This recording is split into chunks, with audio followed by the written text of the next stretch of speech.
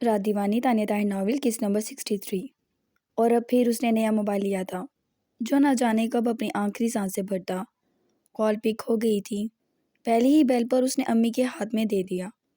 ہاں دارا، دارا میرے بیٹے مبارک ہو تمہیں، ماموں بن گئے ہو۔ ہاں ماشاءاللہ ماشاءاللہ، نشرہ کے ہاں گڑیا ہوئی ہے۔ اور راجو بس اب تم، امی نے کہا۔ ایسے مت کہو دارا، اللہ نے صنم کے بڑے درجات رکھے ہیں، وہ شہید ہے بیٹے، بنا کسی قصور کے خود کو بچاتی مر گئی۔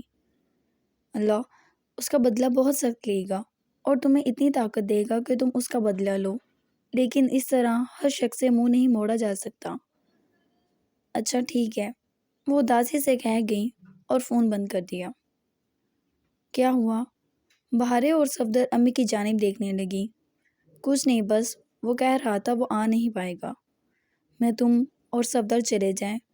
بہارے چپ ہوگی۔ چلیں، آپ اداس نہ ہوں، آپ کی طبیعت خراب ہو جائے گی۔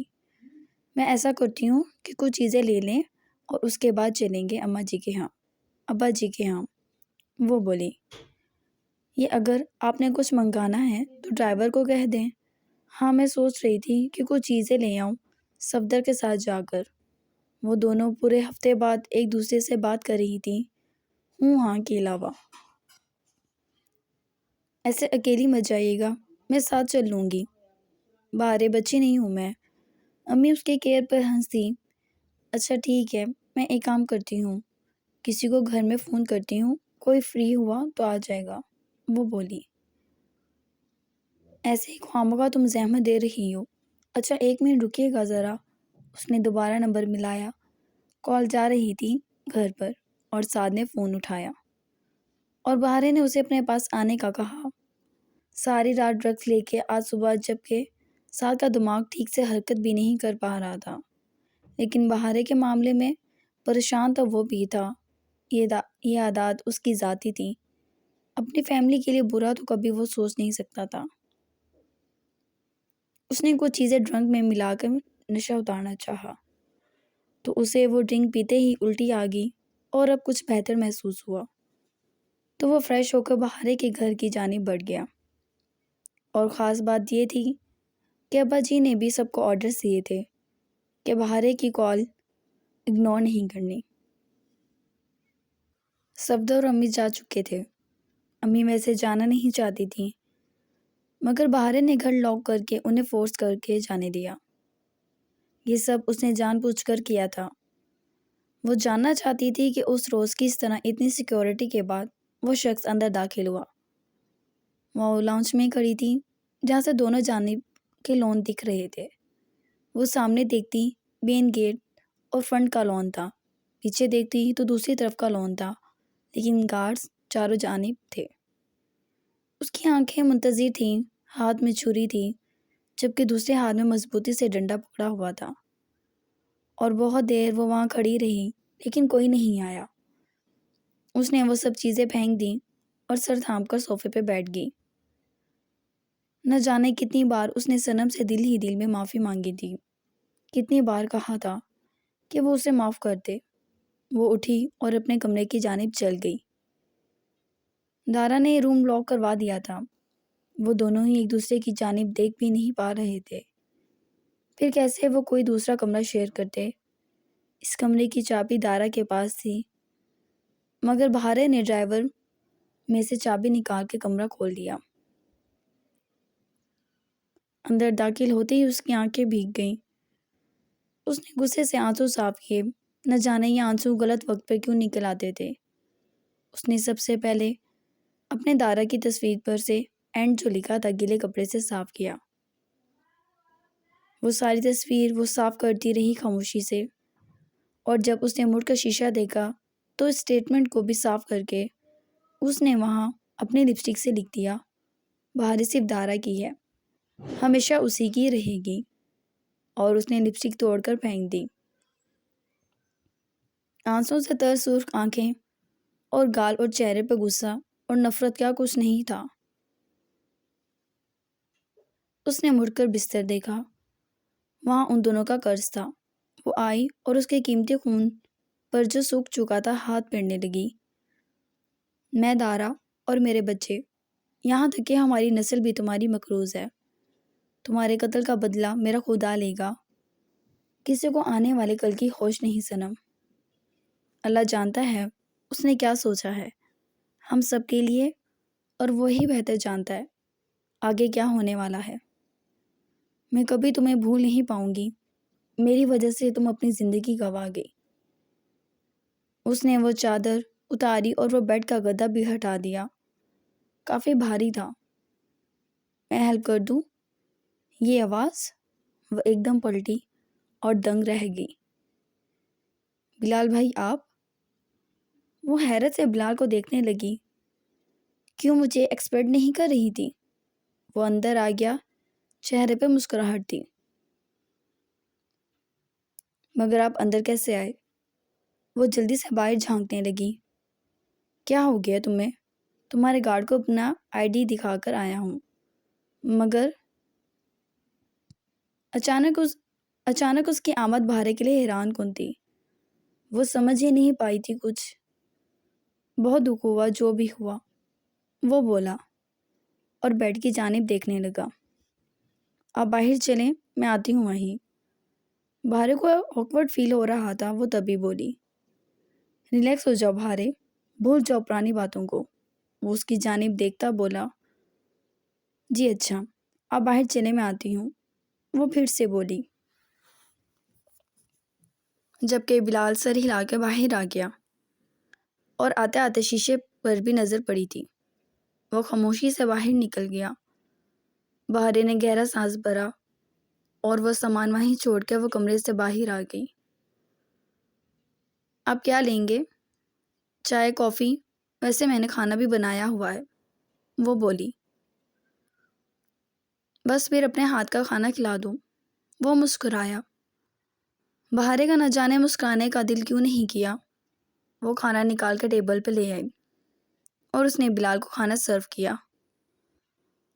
بہت خواہش تھی میری کہ تم مجھے کھانا سرو کرو۔ وہ پھر سے مسکرایا۔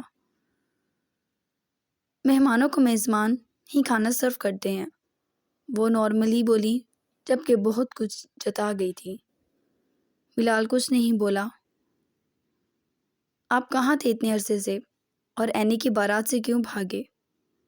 کیونکہ مجھے اینی سے شادی نہیں کرنی تھی، وہ کھاتے ہوئے سکون سے بولا۔ کچھ چیزیں بڑوں کی مرضی سے کر لینی چاہیے، وہ آگے جا کے آپ کے سکون کا ذریعہ بن جاتی ہیں۔ میری یہ سوچ نہیں، جو چاہے اسے پالو، وہ شانے اچکا کر بولا۔ خیر، اچھا ہی کیا آپ نے، اب اینی کو ایک اچھا لائف پارٹنر مل گیا ہے، وہ بولی۔ اچھا کون؟ بلال نے اس کی جانب دیکھا۔ آپ ابا جی کے پاس نہیں گئے؟ نہیں، سوچا تمہارا دیدار کر لوں، وہ مسکرا دیا۔ آپ پاگل ہو گئے ہیں؟ بہارے کو غصہ آیا۔ دیوانہ کہہ لو، وہ کھانا چھوڑ کر اس کی آنکھوں میں دیکھنے لگا۔ بہارے نے طویل سانس کھینچا۔ آپ کو اپنی زندگی میں آگے بڑھ جانا چاہیے، میں اپنی زندگی میں بہت خوش ہوں، بہارے تب کر بولی۔ اسے خوشی نہیں کہتے کہ وہ شخص تمہارے ساتھ ہر پل ہر وقت موجود ہی نہیں۔ اب بھی تم اکیلی ہو، اور لڑکیوں کا اکیلے رہنا اچھا نہیں بہارے، وہ بولا۔ لہجہ بالکل نارمل تھا۔ بہارے کو غصہ شدت سے چڑھ رہا تھا، لحاظ رکھنے کا بھی دل نہیں کر رہا تھا۔ وہ چپ ہوگی۔ آپ کو ابا جی سے اور گھر والوں سے پہلے مل لینا چاہیے تھا، کیونکہ رامین چچی آپ کی ماں ہے۔ میری ماں ہوتی تو تمہیں مجھ سے الگ نہ کرتی۔ میری اور آپ کی شادی نہیں ہونی تھی، آپ کو سمجھ کیوں نہیں آتی؟ تمہیں میرا ہی ہونا تھا، یہ تو بیچ میں لوگ آ گئے، وہ بھی بولا۔ مجھے یقین نہیں آتا، آپ وہی بلال بھائی ہیں جو مجھے تب سے اچھے لگتے تھے، وہ افسوس سے بولی۔ میں اب بھی کہاں بدلا ہوں، تم چاہو تو سارے راستے صاف کر کے کھینچ کا تھپڑ پڑا تھا اس کے منہ پر۔ تھی تو وہ ایسے ہی، کون سے راستے صاف کریں گے؟ آپ پہلے جا کے اپنا گھر، اپنے ماں باپ کو راضی کریں، اور مجھے بھول جائیں اور میرے گھر سے اب چلے ہی جائیں، کیونکہ میرے شوہر کا اچھا نہیں لگے گا۔ اس نے کھانے کی آگے سے بھڑک کر پلیٹ کھینچ لی۔ بلال خاموشی سے اسے دیکھنے لگا۔ تمہیں نہیں لگتا تمہیں یہ نہیں کرنا چاہیے تھا؟ وہ سنجیدگی سے بولا۔ میں اب اس مقام پر آ گئی ہوں کہ مجھے اب ڈر نہیں لگتا کسی سے، کسی کی ناراضگی سے، کسی کے ہونے سے، یا نہ ہی اس سے۔ میری وجہ سے زندگیاں تباہ ہو رہی ہیں۔ اگر میرے بس میں ہو تو ایک بار اس شخص کے منہ پر تیزاب پھینک کر کم از کم اس بوجھ کو تو کم کر لوں جو مجھ پہ چڑھا ہی جا رہا ہے۔ مگر آپ کیا جانیں، جو اپنی ماں کو خوشی نہیں دے سکتا، اپنے گھر والوں کو کوئی خوشی نہیں دے سکتا، وہ مجھے کیا خوشیاں دیتا؟ میں کہتی ہوں اس وقت میں اپنے رب کا شکر ادا کرتی ہوں آپ کے بدلے میں دارا کو چنا۔ وہ اس کی آنکھوں میں آنکھیں ڈال کے چلائی، ساری فرسٹریشن اس پر اتار رہی تھی۔ تمہیں اتنا بے خوف ہونا نہیں چاہیے۔ وہ اس کے چہرے کی طرف ہاتھ بڑھانے لگا۔ بہاریں دور ہوگی۔ خیر، تم سے مل کر تو ہمیشہ ہی اچھا لگتا ہے، اور اتنا اچھا لگتا ہے کہ تمہارا تھپڑ بھی تمہارے اس حسین چہرے کو معاف کر دیا۔ اپنا خیال رکھا کرو، گھر میں اکیلی نہ رہا کرو۔ وہ مسکرا کر وہاں سے چلا گیا، جبکہ بہاریں اس کی پوچھ دیکھنے لگی۔ عمران بھائی، اس نے ایک گارڈ کو آواز لگائی۔ یس میم۔ وہ فوراً الرٹ ہوا۔ آئندہ یہ یہاں آئے تو اندر آنے مت دیجیے گا۔ اس نے بلال پر شدت کا غصہ چڑھا تھا۔ پہلے کم مصیبتیں تھیں جو یہ ایک اور دارا کے سر پر رکھ دیتی۔ بلال نے مڑ کر دیکھا، ہلکا سا مسکرایا اور چلا گیا۔ جبکہ گارڈز دروازہ لاک کر چکے تھے۔ جیسے ہی وہ مڑی اندر آئی اور لینڈ لائن سے ساتھ کو کال کی کہ امی کو کہاں لے کر گیا ہوا ہے۔ وہ جو اب تک نہیں آئیں تو پتہ چلا کہ وہ ہاسپٹل جا چکی ہیں۔ اس نے گہرا سانس بھرا اور فون رکھ دیا۔ ابھی وہ صوفے پر بیٹھی ہی تھی کہ باہر گاڑی کی آواز پر اٹھ گئی۔ دل میں اس کے قدموں کی گونج اور سکون نے جیسے تازگی بھر دی۔ وہ کسی سے فون پہ بات کر رہا تھا۔ بہاریں کو مسکراتا دیکھ ماتھے پہ بل بڑھ گئے۔ کس بات پہ مسکرا رہی ہو؟ آپ کے آنے پر اس کے ہاتھ سے سیل فون لیتی احتیاط سے رکھنے لگی۔ کیا مطلب ہے؟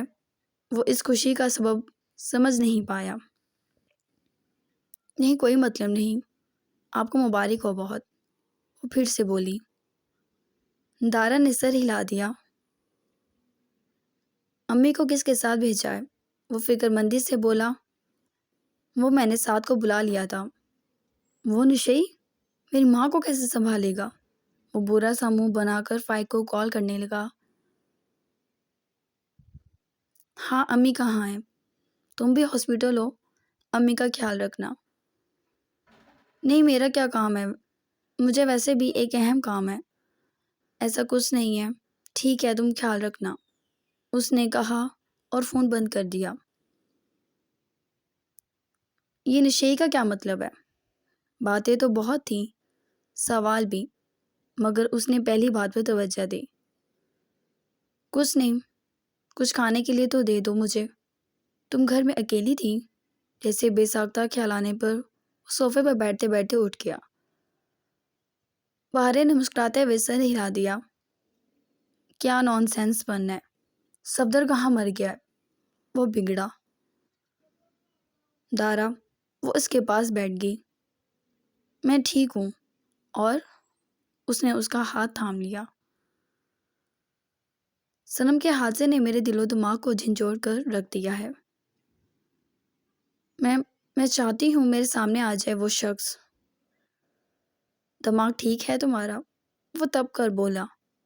ہاں، بالکل ٹھیک ہے، اور مجھے یہی سوچنا چاہیے۔ میری وجہ سے آپ کی فیملی، سب لوگ مشکل میں آ چکے ہیں۔ اگر آپ ڈھونڈ رہے ہیں اس کو تو مجھے سامنے کر دیں، وہ سامنے آ جائے گا۔ میں چاہتی ہوں میں اپنے ہاتھوں سے اپنا اور صنم کا بدلہ لوں۔ یہ بوجھ بہار آپ پر نہیں میرے شانوں پر ہے۔ آپ کا تو ویسے بھی کوئی قصور نہیں، مگر اب مجھے ڈر نہیں لگ رہا، اب بالکل ڈر نہیں لگ رہا۔ میں اسے اپنے ہاتھوں سے ختم کرنا چاہتی ہوں۔ دارا کی آنکھوں میں حیرانگی کا عنصر تھا۔ وہ گھر سے بھاگ رہا تھا کہ بہارے کو سنبھالنے کی ہمت نہیں تھی، اور وہ کافی بدلی بدلی لگ رہی تھی۔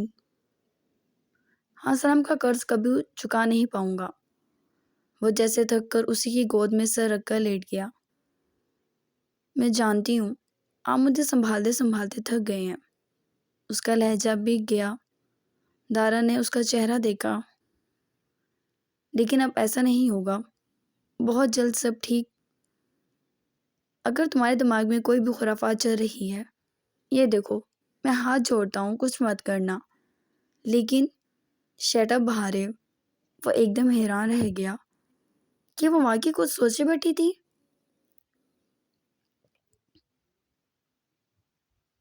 میں زندہ ہوں، ابھی مر نہیں گیا جو تم ایسی کوئی حرکت کرو گی۔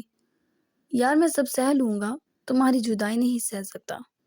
تم سمجھو، مجھے تم سے صرف اتنی سپورٹ چاہیے کہ تم میرے گھر کو اور خود کو سنبھال لو۔ وہ پھر سے لیٹ گیا۔ اچھا ٹھیک ہے، وہ مسکرا دی۔ دارا تو 1 ماہ سے مسکرایا بھی نہیں تھا۔ آنکھیں موندے وہ کچھ سوچنے لگا تھا جو وہ آج کر کے آیا تھا۔ اس نے ڈی ایس پی کو معتدل کر دیا تھا، جبکہ وہ ڈی ایس پی اب اس کے گھر میں بھی ہوش پڑا تھا۔ اس 1 ماہ میں جیت بس اتنی ہوئی تھی کہ اس نے بے ساختہ ہی ڈی ایس پی کے موبائل کا ڈیٹا ہیک کرا لیا۔ پاگلوں کی طرح وہ اسے ڈھونڈ رہے تھے، مگر وہ شخص جسے دنیا کے کسی کونے میں نہیں تھا، اور ڈی ایس پی کے نمبر پہ آنے والی ایک کال نے جیسے معاملے کی کڑی دارا کے ہاتھ لگوا دی۔ اس نے کسی سے مدد طلب نہیں کی تھی، اپنے سورسز پر اور اپنے دماغ سے وہی گیم کھیل رہا تھا، اور اس سارے قصے میں ارتاش نے بہت ہیلپ کی تھی۔ دماغ دارا کا تھا اور سارا سیٹ اپ ارتاش کر رہا تھا، جبکہ ہر چیز کی پیکنگ اس نے فائی کر کے دے رہا تھا۔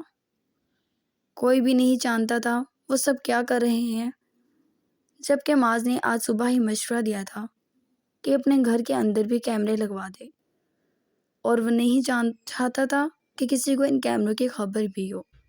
تبھی ہڈن کیمروں کا کام معاذ نے خود لے لیا تھا۔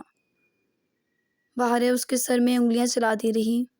اسے سکون ملا تھا بہارے کو اسٹرانگ دیکھ کر۔ آپ کے سر میں درد ہے؟ اس نے پوچھا۔ نہیں، بوجھ ہے، وہ بولا۔ بہارے چپ ہو گئی۔ آپ بہت اچھے ہیں۔ وہ تھوڑی دیر بعد اس کی بریڈز کو چھوتی بولی۔ وہ طنزیہ ہنسا۔ کوئی اچھا نہیں ہے دنیا میں، کوئی بھی۔ میں خود غرض ہوں، تم جانتی ہو میری راتوں کی نیند حرام ہو گئی۔ میں 1.5 مہینے سے سو نہیں پایا۔